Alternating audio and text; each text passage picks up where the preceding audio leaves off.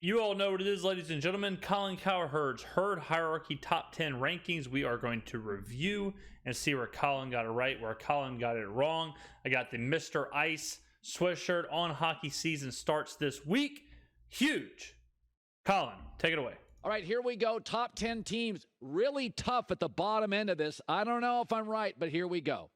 Kind of funny. I said, if you watch my power rankings, my top 10 power rankings, I say literally the exact same thing. I say, you know, the bottom is kind of tough. There's a lot of bad teams.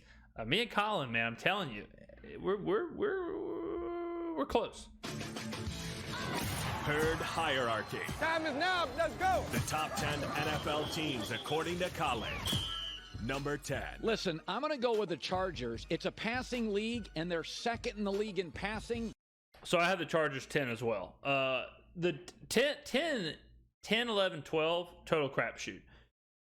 I don't think the Chargers are good, but they're not bad. If that's an easy way to say it. I think they have the pieces to be good, and I would be way less surprised if when this is all said and done, the Chargers are a 11, 12 win team than a lot of these other teams. You know, I look at teams like Cleveland, I look at teams like Cincy, Green Bay. There's so many holes, there's so many weaknesses, and I just don't know if they have it.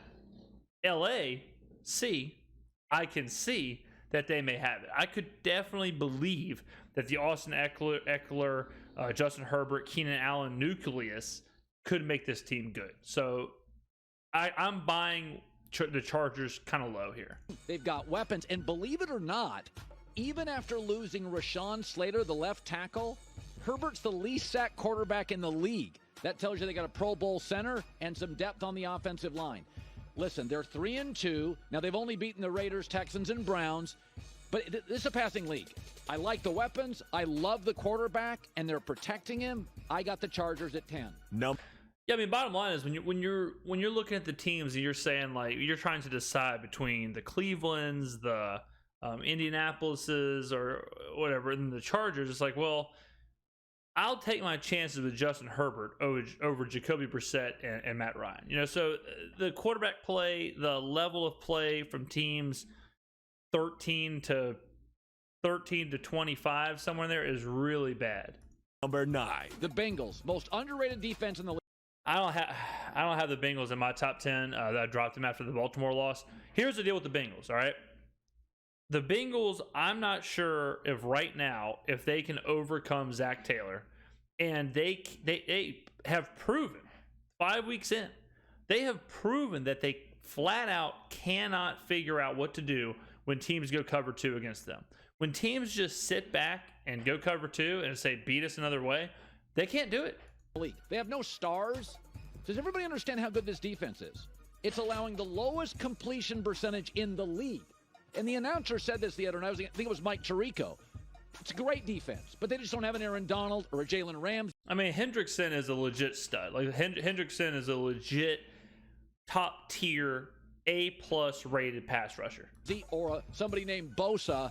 This is a real defense. Now, the concern is they have taken away the deep shots for Joe Burrow. They're literally defending him different, so they're only averaging about 4.8 yards a play, which is bottom quarter of the league. That they got to get right. Bengals at 9. Number 8. Dallas. It's mostly a defensive story. They've held. I have Dallas a little higher, so I have Dallas at 6 in mine. I'm buying in. I'm buying in on Dallas, like straight up.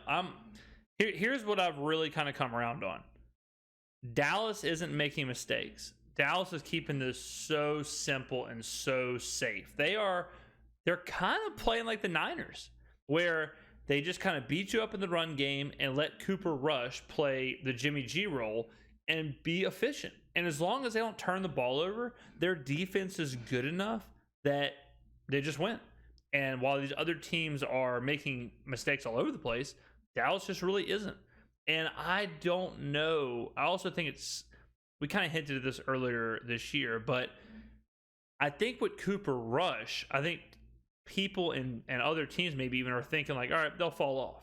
But Rush has basically just been Dak. He's just kind of been Dak light, except he doesn't have that superhero moment where he tries to do too much and turn it over. You know, so that builds into this whole be efficient kind of mindset. Now, their ceiling, I would say, is relatively low. It's still Mike McCarthy. It's still Cooper Rush.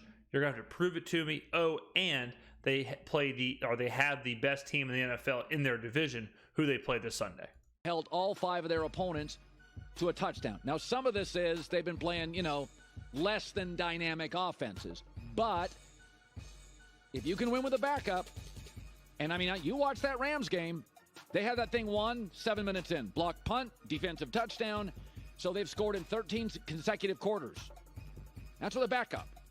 13. No team in the league has done that. Not even Kansas City. They have scored in 13 consecutive quarters. Cowboys at 8. Number 7. My Vikings. I called it. I said all those close losses. So I got the Vikings a little lower. I think I have them 9 in mine. I just don't believe. Flat out. I just don't believe. I haven't seen it yet. Look, I know the Bears. The Bears game was closer than people give it credit for. And they're winning a lot of these close games, but they're winning them against bad teams. They should have for sure lost to Detroit at home, okay, before the London game, right? So they should have for sure lost. Or was that after the London game? It was before, because this would have been after the London game. So they should have lost to Detroit. Then they should have lost to the Saints, right? Then that you could argue that this Bears game was pretty close. So the Lions, Saints, and Bears, the Vikings come out 3-0, but it could have easily went 0-3. It could have easily went 1-2. This could have easily went 2-1. So this is a team that is winning close games, but it's one thing when you're winning close games against the Chiefs or winning close games against the Packers or the Eagles, but when you're winning close games against the Lions, Bears, and Saints, it doesn't do it for me. Are going to become close wins with an offensive coach. Minnesota's only loss came on the road Monday Night Football to Philadelphia. Now, they're not great enough to blow people out. That's why they can struggle with Chicago or struggle with Detroit. They're not that dynamic at quarterback. But Kirk Cousins leads the NFL with 3 game-winning drives. And that was my whole rant this offseason. Kirk Cousins needs to feel supported. He's a very solid B to B plus quarterback when he feels supported. He didn't last year. He got. That just almost means nothing to me. Like, it's not about feeling supported. It's like Kirk Cousins is good when he's playing bad teams. He's not asked to do too much, and the lights aren't that bright. But if the lights are bright and he's asked to do a lot and there's a lot on his plate, he's going to crumble. And the Vikings will crumble. Tight late in games. This year he's not. This is a real. I don't think it's a Super Bowl team, but it's a win a division, win a playoff game team. It's probably that. It's probably a win a division because the division is weak, and it probably could catch.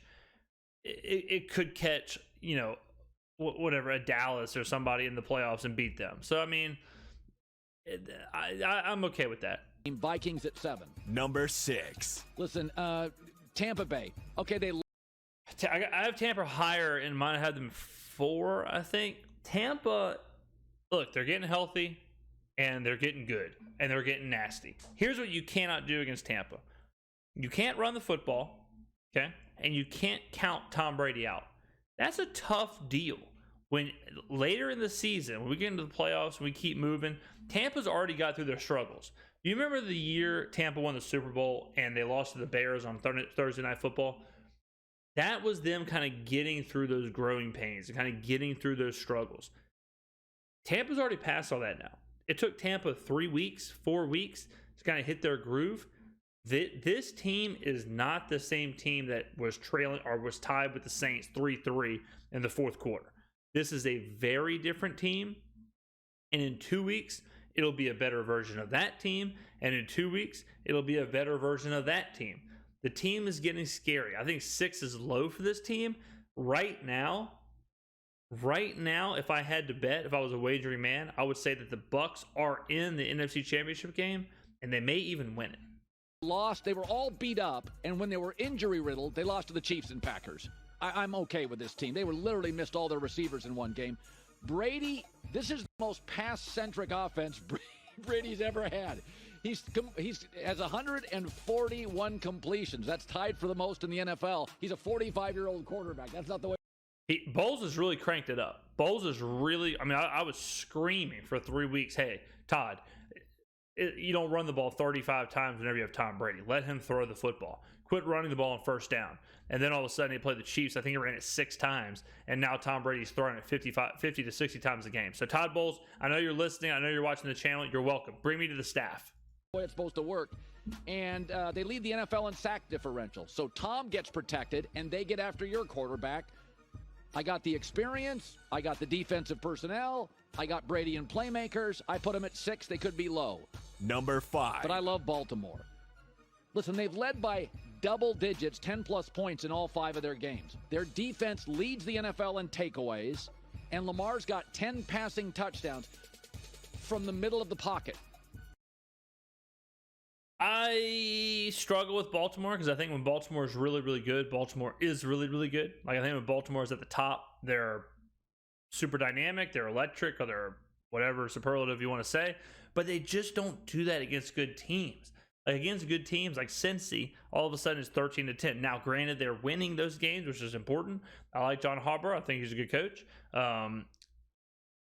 Lamar's got weapons. I mean, Mark Andrews is Travis Kelce. I mean, it's the same guy.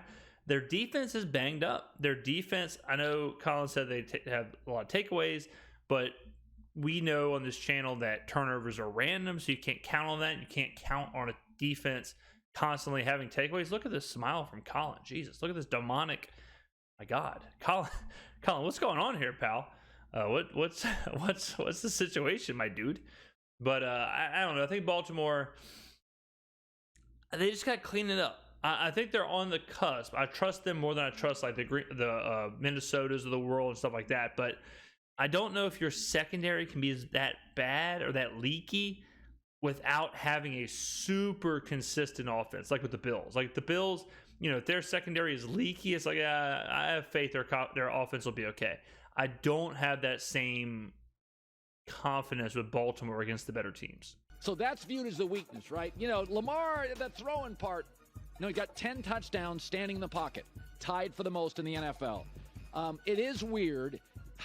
They're not a great home team, which I always thought Baltimore was one of the toughest places in the league to go play.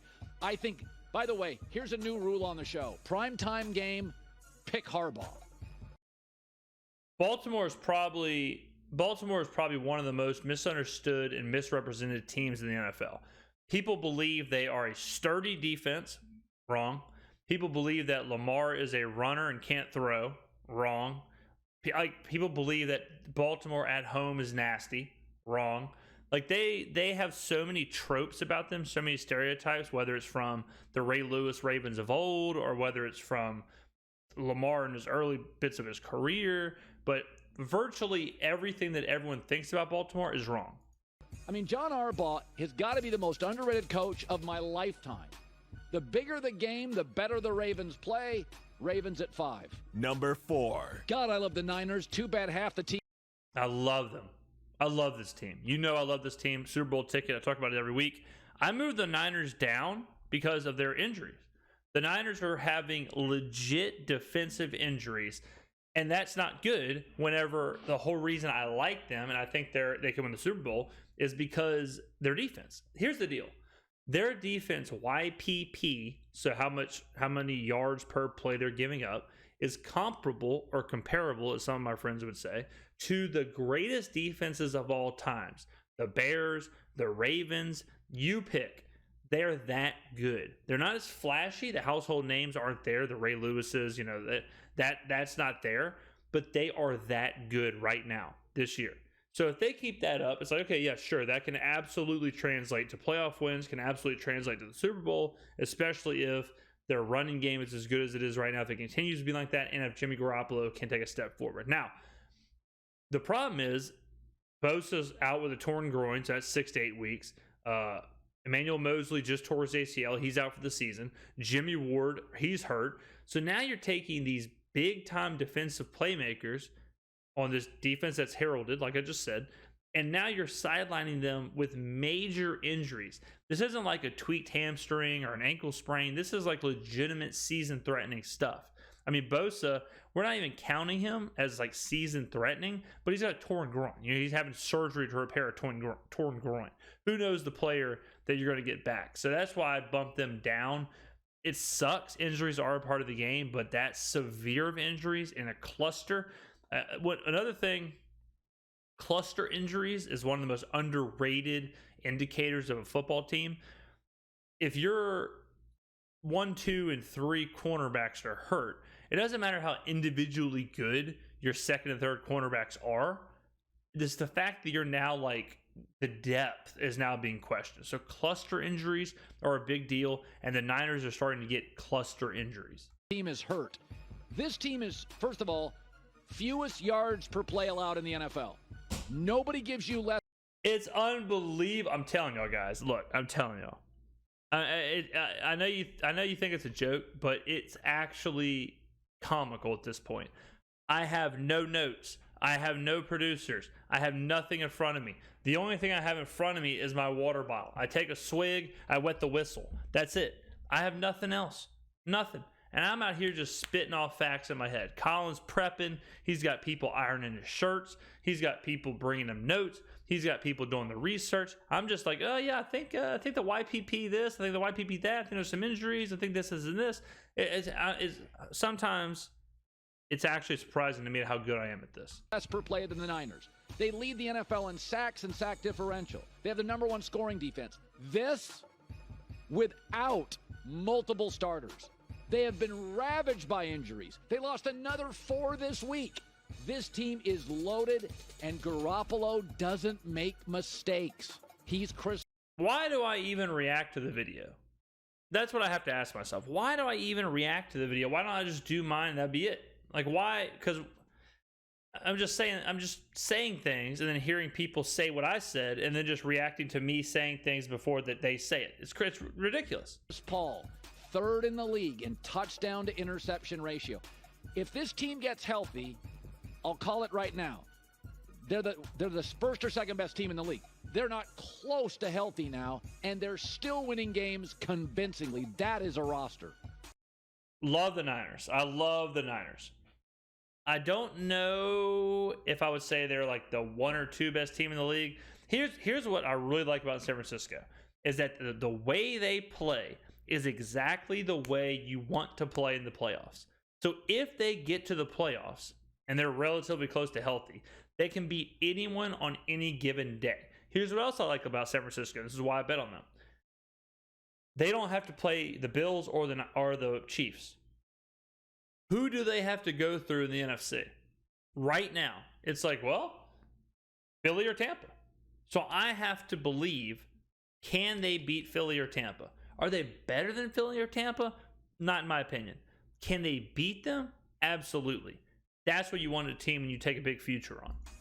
Number 3. The Bills. Okay, listen, we all like the Bills. 20 of their So I have the Bills at 3 as well. last 22 wins are blowouts. My concern is, why don't they win close? Because they don't have a consistent run game. They don't get the. That's not it. So this was my concern a couple weeks ago too, and I was saying, like, look, it's good to win every game by 14 points, but you have to also win close games because you're not going to always win by 14 points, right? If I told you you could win every single game you ever get up by 14 points, or you can win every game you're within 3 with 5 minutes left, you would take the 3 because 3 happens way more. I don't know why the Bills don't win close games. It's not their run game. I think their run game can be consistent, especially with Josh Allen. The problem is I don't think they're used to it. I think winning is a culture. I think winning is kind of contagious. It's no surprise that, like, the Patriots, the Chiefs right now, they find ways to win games because they're used to it. They expect it. The running game had nothing to do with the Bills losing in Kansas City last year in the playoffs. What had to do with that was simple. Coaching, management, game management, act like you've been there before, things like that. That's what cost them the game. If they kick the ball in like a pooch kick type situation, congratulations, they win that game. It was that simple. So the Bills just they need to take that step. They need to prove it. They need to get there.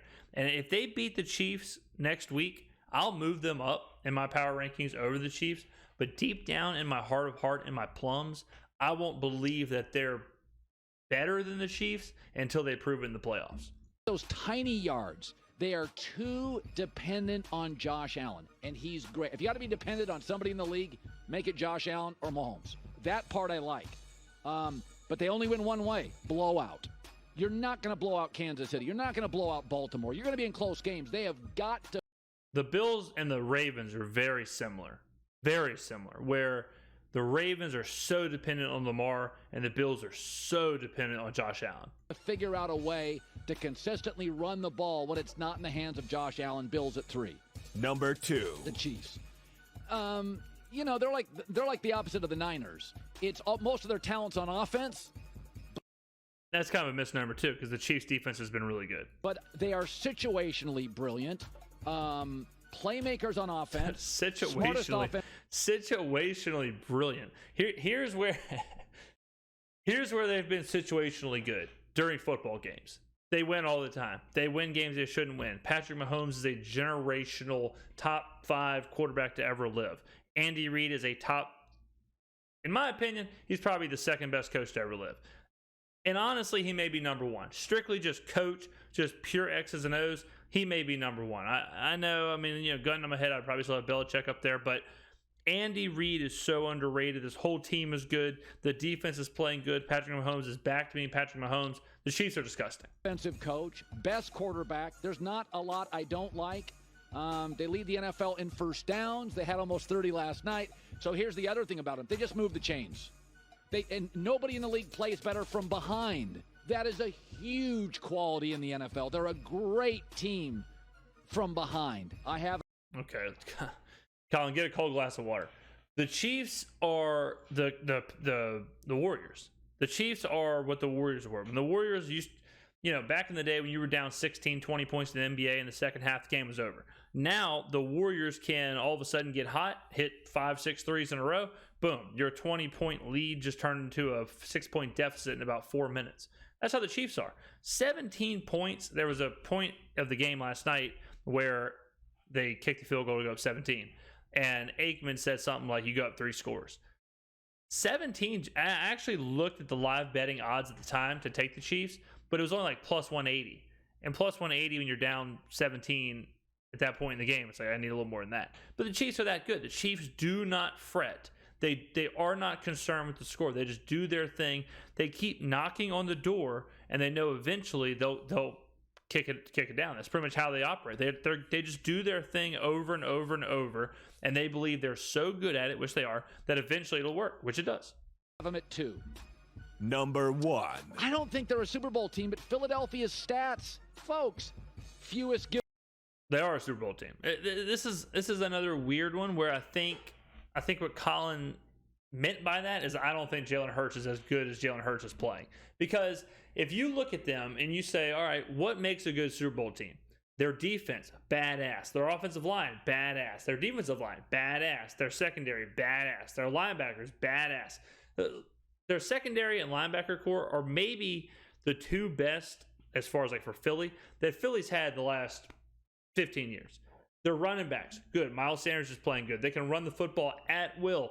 Their wide receivers, A.J. Brown, gnarly. Oh, and they have a quarterback who's playing at an MVP level. And Nick Sirianni is a good coach. So I'm not totally sure what he means by they're not a Super Bowl team, except that he doesn't think Jalen Hurts is that good. Giveaways. Lead the NFL in big plays. Yes, they do with 44. They remind me so much of the good Seahawks teams where Jalen Hurts can beat you in so many different ways like Russell Westbrook could. They have an underrated, nasty defense, and they can run the football. Like, they are built just like those teams. The Russell Wilson, Marshawn Lynch kind of style teams. The only difference is that right now, Jalen Hurts is probably more dominant than Russell Wilson was. Because Jalen Hurts is doing more. Like, the game has kind of progressed to where, he's asked to run the ball 12 times a game. He's asked to do all that kind of stuff. They move the chains with these designed runs. They have a little bit of the Chiefs in them. They have a little bit of the Ravens in them. They're a very unique team. and I love watching them. I love watching Philadelphia. They have the most takeaways and the fewest giveaways. So they play great defense. They protect the quarterback. They lead the NFL in turnover differential. Only team not to have trailed in the second half. I don't know if they're peaking early, but the data tells you right now they make no mistakes. They force you into them. They dominate time of possession. And you would think, oh, it's kind of they don't do a lot of big plays. They lead the NFL. They do. The thing with peaking early, it's like, did anyone ask if the Patriots in 2009 were peaking early when they were 9-0 or 11-0 or whatever? Isn't there just a chance that the Eagles are just really good?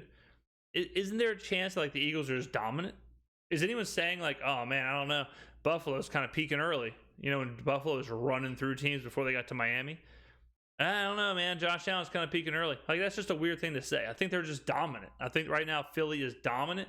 And Philly has what no other team has. Philly has an identity. Philly knows who they are. They know what they want to do. All these other teams don't even know who their quarterbacks are. They don't even know if they're going for it on fourth down or kicking field goals. The Eagles know exactly who they are, and that right now is a huge advantage. They lead the NFL in big plays. Some of this is front office. Some is Jalen Hurts. Front office. It's just impressive. That's all I know. Hi, everybody. Oh, no, not ads. No. Good stuff, Colin. Very close to my list. This might be the closest one, actually. This might be... let's go back. Did we have any difference? Did we have all 10? I think this might be the first week we had all 10. All right, so he goes Philly. Why can't... What is this? Okay, so Bengals. That was the only one. So I didn't have the Bengals. I had the... So this was right. This. Oh, the Giants. I had the Giants instead of...